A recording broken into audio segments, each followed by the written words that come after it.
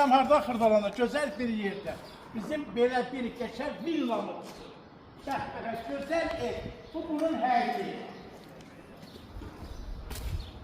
Bura qarajdır. Qarajın hərəkətdir, daxil olmaq olur.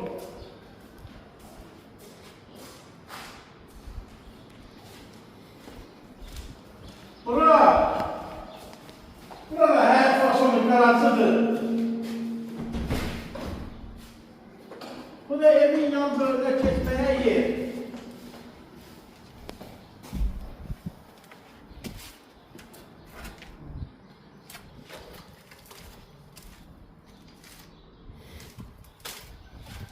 Evi təmiz şəkildə çəkib görsədirik ki, qoy alan təmiz şəkildə görsün, gəlsin, ev alsın.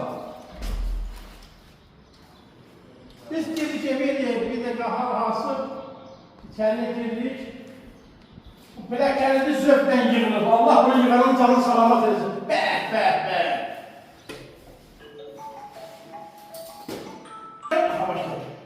Pləkəlindən qalxıyor, pləkən görünə zövqlə yığılır. Bəh, bəh, bəh.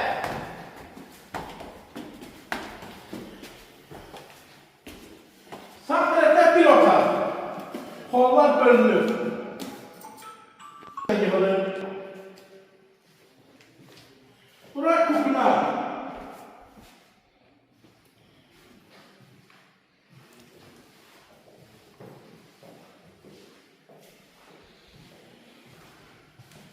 Bu geniş zal. Elif futbol meydançası. Panorama, panorama.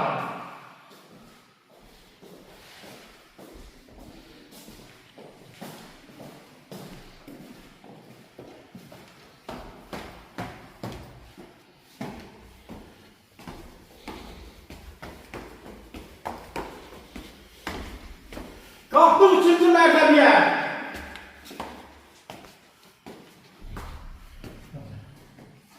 Burada bir otaq.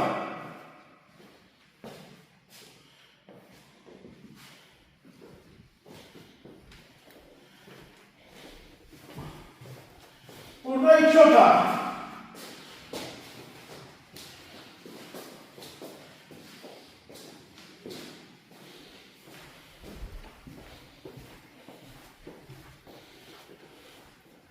Taşda 7 otaqlı ev.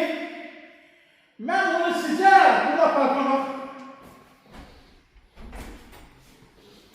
7 otaqlı ev, mən bunu sizə nə 250 deyəcəm.